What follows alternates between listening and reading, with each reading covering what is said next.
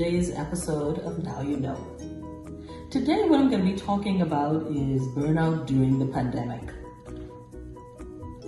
While a number of people have been temporarily laid off, or some have even lost their jobs, there are a significant number of people who are actually still working. In fact, they've never stopped working from March.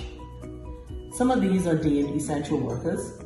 Others are not identified by the authority as essential workers, but they hold positions in their respective workplaces that they're still required to work. That work can either be from home or in the actual workplace. From personal experiences, as well as my observations of and conversations with these kinds of individuals, I'm sad to say that COVID fatigue is real and quite rampant right now in our society. On today's episode of Now You Know, I want to share my suggestions to combat fatigue and burnout as we continue to battle with this pandemic. First thing, of course, is managing the expectations of our employers. If you are uncomfortable about returning to work or even sharing workspaces, I suggest strongly that you raise your hand directly with your manager or your HR representative. Ask your employer to explain what new measures and/or protocols they've put in place to minimize the risk of you contracting COVID-19.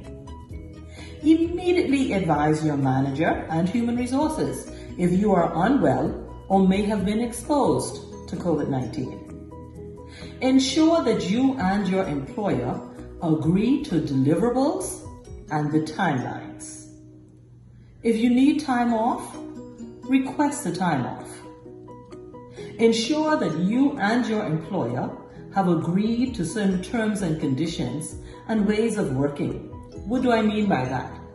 What hours do they expect you to work? Is it normal hours?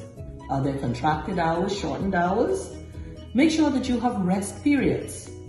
And when you have determined this way of working, my suggestion is that you establish your boundaries and you stick to them.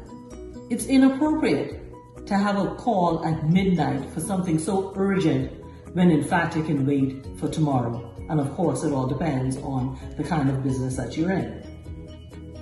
It's also important that you manage your emotions. Be honest with your feelings.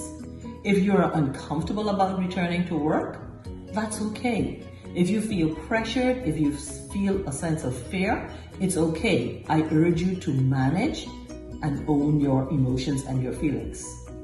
Determine what you can and cannot do, especially if you have to work from home.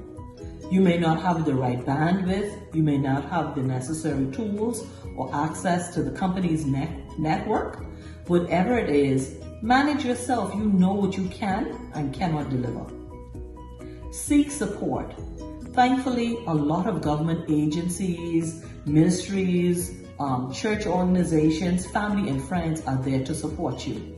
And you know I'm always going to send you to those people that you have in your corner. Reach out for the support that you require.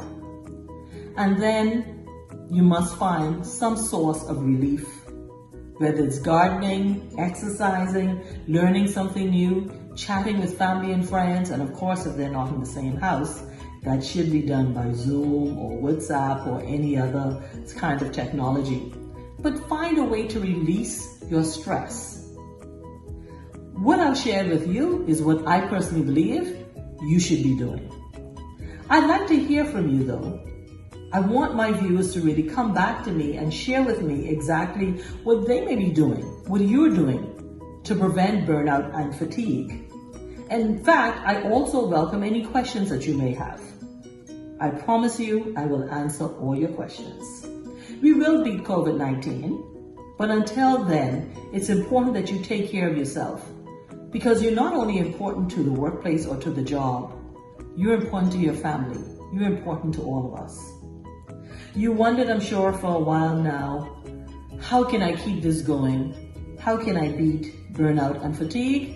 Well, now you know. If you enjoyed today's episode of Now You Know, Please like, share, and subscribe because now you know.